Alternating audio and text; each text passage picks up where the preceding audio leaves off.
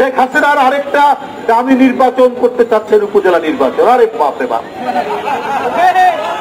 কি নির্বাচনের আপনার ফুর্তি তাদের। আওয়ামী লীগেরও অন্যান্য নেতারা কেউ সুযোগ পাচ্ছে না। আওয়ামী লীগের এমপির শালা, আওয়ামী লীগের এমপির ছোট ভাই, আওয়ামী লীগের এমপির স্ত্রী, এরা হচ্ছে আপনার ক্যান্ডিডেট।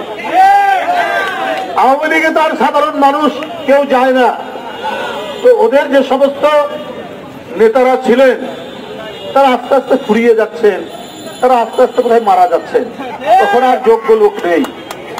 আপনার একজন মন্ত্রী আছেন নাটোরের সিংড়া, তার পরম আত্মীয়, তাকে উপজেলা নির্বাচন করতে হবে। এই জন্য তার প্রতিদ্বন্দ্বীকে অপহরণ করেছে। যে গাড়িতে অপহরণ করেছে সেই গাড়ি থেকে রিভলভার পড়ে গিয়েছে, পুলিশ এই ব্যাপারে নিশ্চুপ। আর আমরা যদি এখন একটা মিছিল করি, চারিদিক ঘিরে ফেলবে পুলিশ।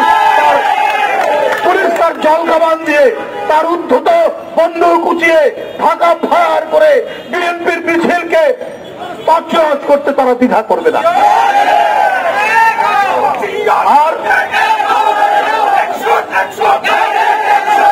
আব্দুল সালাম আজাদ উপস্থিত রয়েছেন, স্বেচ্ছাসেবক বিষয়ক সম্পাদক বিএনপি জাতীয় নির্বাহী কমিটির মীর শরাফত আলী সপু উপস্থিত রয়েছেন, বিএনপি জাতীয় নির্বাহী কমিটির তথ্য বিষয়ক সম্পাদক ছাত্রদলের সাবেক সভাপতি আজিজুল বাড়ি হেলাল উপস্থিত রয়েছেন, ঢাকা মহানগর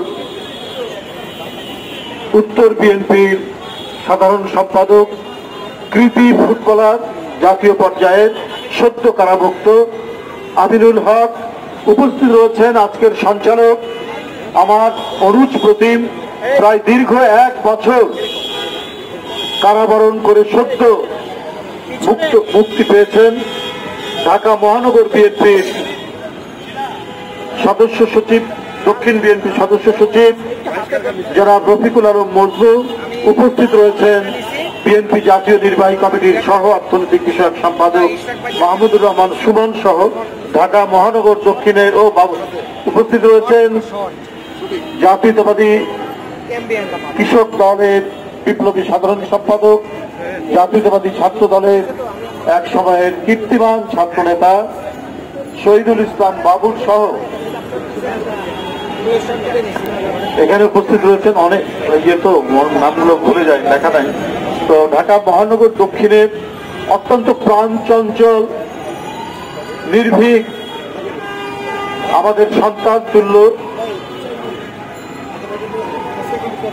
ঢাকা মহানগর দক্ষিণের যিনি মেয়র প্রার্থী ছিলেন, অবাধ সুষ্ঠু নির্বাচন হলে যিনি মেয়র হতেন, আপনাদের দায়িত্ব পালন করতেন, ইঞ্জিনিয়ার ইসরাক হোসেন সহ সকলকে আমি আন্তরিক শুভেচ্ছা জানাচ্ছি। নিঃসন্দেহে আমাদের অতিথিরা ঢাকা মহানগর দক্ষিণের এই কর্মসূচিকে মহতী বলেছেন। রাজনীতি মানেই, পৃথিবীর বিভিন্ন দেশে আমরা দেখেছি, গণতান্ত্রিক উন্নত দেশে রাজনীতি মানেই হচ্ছে সমাজসেবা। কিন্তু এই গণতন্ত্রহীন দেশে, যেখানে গণতান্ত্রিক শাসন ব্যবস্থা ধ্বংসপ্রাপ্ত, সেখানে অধিকাংশ সময় আমাদের রাজপথে থাকতে হয়, না হলে আমাদেরকেও প্রতিনিয়ত আমাদের রাজনীতি করতে হতো মানুষের সুখ দুঃখের সাথে সম্পৃক্ত। তা আমি ঢাকা মহানগর দক্ষিণ বিএনপির এই মহতী উদ্যোগ, এই সাধারণ মানুষ, শ্রমজীবী মানুষকে তারা যে পানি দিচ্ছেন, স্যালাইন দিচ্ছেন, এটা নিঃসন্দেহে এই সময়ে খুবই গুরুত্বপূর্ণ। গতকাল অফিসিয়াল টেম্পারেচার ছিল সারাদিনের গড় 39 ডিগ্রি সেলসিয়াস, কিন্তু মানুষের কাছে অনুভূত হয়েছে 41 ডিগ্রি। এটাও বলা হয় ঢাকায় 41 ডিগ্রি, ঢাকায় 41 ডিগ্রি কখনোই আমরা শুনিনি যে টেম্পারেচার এত উঠে। কারণ ঢাকার চারিদিকে নদী, একদিকে শীতলক্ষা, একদিকে বুড়িগঙ্গা, আরেকদিকে ধলেশ্বরী, আরেকদিকে তুরাগ নদী, চারিদিকে নদী বেষ্টিত এই ঢাকার নদীগুলি কিন্তু এখন ভরাট হয়ে যাচ্ছে, যেটি বলেছেন। এটা একমাত্র লুটেরা গণবিরোধী সরকার থাকলেই তাই হয়। পৃথিবীর কোন দেশে নদী শুকাতে দেয় না যেখানে জনগণের সরকার আছে। শুধু কি তাই, আমাদের বিশেষজ্ঞ, আমাদের বিজ্ঞানী, আমাদের পরিবেশবিদরা বারবার বলেছে কয়লা পুড়িয়ে তাপ বিদ্যুৎ উৎপাদন করেন না, সরকারকে বারবার বলেছে। কিন্তু উন্নয়নের মানুষের নামে টাকা লুটের যে মহা আয়োজন, মহা সমারোহ চলছে, তাই শেখ হাসিনা গণবিরোধী প্রজেক্ট নিতে একটুও দেরি করেন না।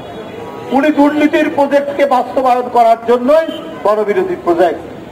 আপনারা জানেন সমুদ্রের পারে পটুয়াখালীর কলাপাড়া কুয়াপাড়ায় তাপ বিদ্যুৎ কেন্দ্র করা হচ্ছে, এবং আমি ওখানে শুনেছি এই যে কলাপাড়া, কুয়াকাটা, আপনার গলাচিপা, বাউফল, মানে বরিশালের বৃহত্তর বরিশাল বিভাগের অধিকাংশ জেলাতে নারকেল গাছে আর নারকেল ধরে না।